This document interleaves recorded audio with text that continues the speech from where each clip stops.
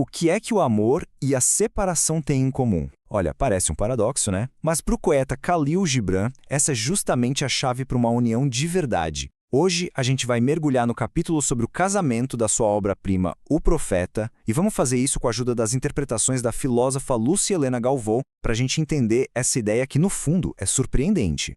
A ideia central de Gibran já começa com essa frase que é uma verdadeira provocação, que haja espaços em vossa junção. Como assim? Espaços? Numa união? Como é que isso pode funcionar? É exatamente essa a questão que a gente vai investigar. Então, a grande pergunta é essa: como é que a individualidade, o espaço de cada um, pode ser o segredo para um amor que dura? Parece contraditório, né? Mas a gente vai descobrir que, para Gibran, essa é a lógica mais pura do amor.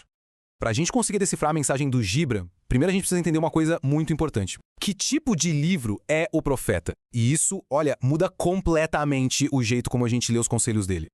A grande sacada aqui é que O Profeta não é uma fábula, sabe, daquelas com uma lição de moral bem explícita no final. Ele é um mito. E o que isso quer dizer? Quer dizer que a história dele é simbólica, é uma jornada que acontece dentro da gente como se fosse um diálogo com a nossa própria consciência. Ok, com isso em mente, a gente pode usar uma estrutura filosófica inspirada lá em Platão para aprofundar as ideias do Gibran. A proposta é que as nossas conexões, as conexões humanas, acontecem em 3 níveis diferentes. Pensa nesses 3 níveis como se fossem degraus de uma escada. A gente começa lá embaixo, no soma, que é o nível físico, puramente instintivo. Depois a gente sobe para a psique, o nível psicológico, onde a gente se conecta por gostos, por afinidades. E lá no topo temos o nous, o nível espiritual, que é uma conexão baseada em valores profundos como honra, justiça e bondade. Uma união que se baseia só no nível físico, no soma, ela tende a se esgotar. Pensa nisso como o problema do chocolate. Imagina só, alguém ama chocolate, mas só pode comer isso por 3 dias seguidos o dia inteiro. Vai chegar uma hora que a pessoa vai enjoar, não é? O paladar físico se cansa com a repetição. E uma relação puramente física corre exatamente o mesmo risco. E a união psicológica, a da psique? Bom, essa é mais duradoura, mas também tem um limite. É que os nossos gostos mudam com o tempo. Aquilo que a gente amava 10 anos atrás hoje talvez não interesse mais. E se 2 pessoas mudam em direções diferentes, aquela conexão que antes era super forte pode ir esfriando, se distanciando. E é isso que nos leva para o topo da escada, a união espiritual. Quando a conexão é baseada em valores que não mudam com o tempo, como a busca pela bondade ou pela justiça, uma coisa incrível acontece. Conforme cada pessoa cresce nesses valores, elas não se afastam. Pelo contrário, elas se aproximam, porque estão caminhando na mesma direção. Essa é a base do amor que Gibran descreve.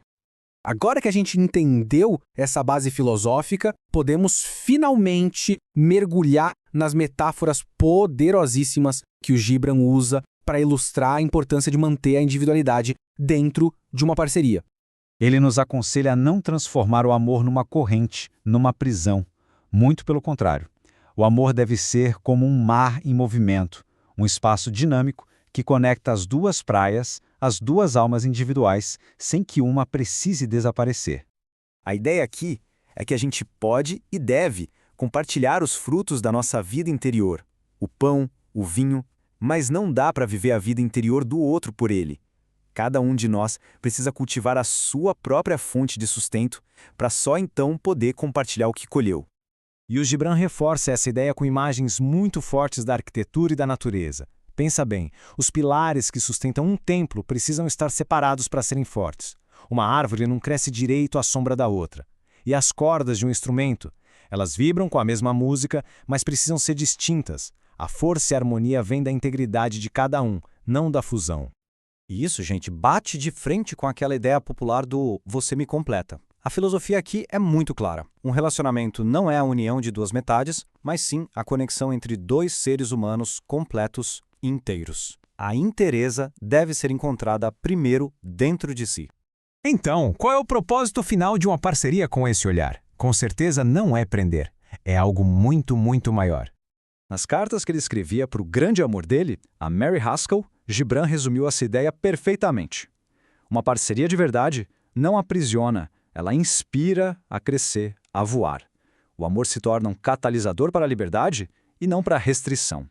E noutra carta ele diz: O que mais amo em você é que você todos os dias me aponta o alto de uma montanha. Isso mostra que essa filosofia não era só teoria pro Gibran, sabe? Era uma realidade que ele vivia na pele. O amor de verdade desafia a gente a ser melhor, a subir mais alto. E a reflexão final que Gibran nos deixa é esta: as conexões mais importantes da nossa vida nos inspiram a escalar montanhas ou nos pedem para ficar ali, no conforto do vale? A resposta talvez revele a verdadeira natureza do nosso amor. Curta, compartilhe e siga o canal se faz sentido na sua vida.